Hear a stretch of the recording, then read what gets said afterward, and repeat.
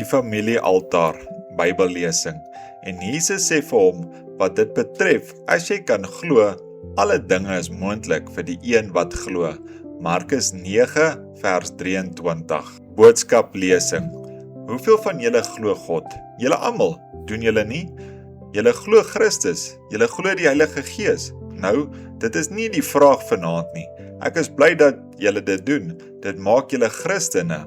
Maar dit is nie wat ek nou aan julle probeer oordra nie.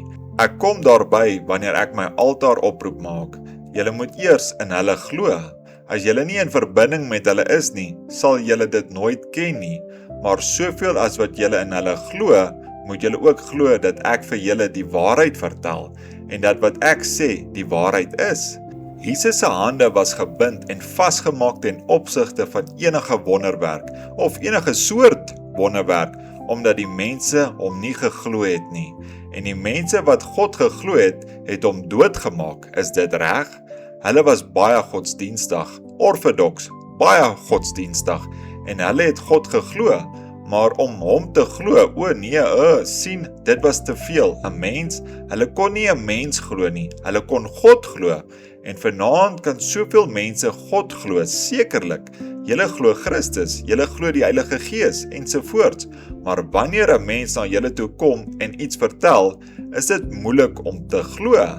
Ek weet nie of ek jou kan glo of nie, vriend, daar lê die probleem. Sien julle? Dit is die rede waarop julle predikant soms, wanneer hy na julle toe kom, julle nie kan help nie. Julle moet geloof hê in julle predikant. Julle moet glo dat hy 'n man van God is, deur God gestuur om hierdie dinge vir hom te doen.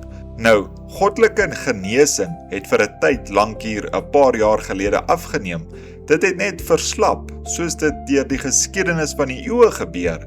Dit het al so dikwels afgeneem en gedurende daardie tyd het kanker uitgebreek, siekte in die kerk, o my, 80% van die mense is nou siek, en die mediese wetenskap, ek groet hulle doen groot dinge, hulle maak medisyne om dit te verkoop.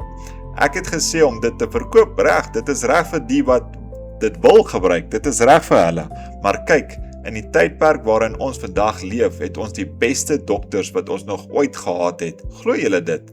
Ons het die beste hospitale wat ons nog ooit gehad het ons nie? Ons het die beste medisyne waarmee ons nog ooit gewerk het ons nie? En tog het ons meer siekte as ooit tevore, het ons nie? Omdat ons meer ongeloof as ooit tevore het ons nie. Dit is reg, presies, net God is die geneesheer, dit is reg. En het julle al opgelet, juis in die dae waarin ons al hierdie uitstekende medisyne, operasies, chirurge ensovoorts het, bou hulle voortdurend inrigtings van ongeneeslikes, is dit reg? En daar was nog nooit iets wat voor ons meester Jesus gekom het, waarvoor hy nie meer as opgewasse was nie, en daar is geen ongeneeslikes vir hom nie. Alle dinge is moontlik, is dit reg? En hy is dieselfde gister, vandag en tot in ewigheid. Is dit reg? Dan is niks te ongeneeslik vir hom nie. God se weg wat vir ons berei is, 10 Januarie 1950 deur William Marion Branham.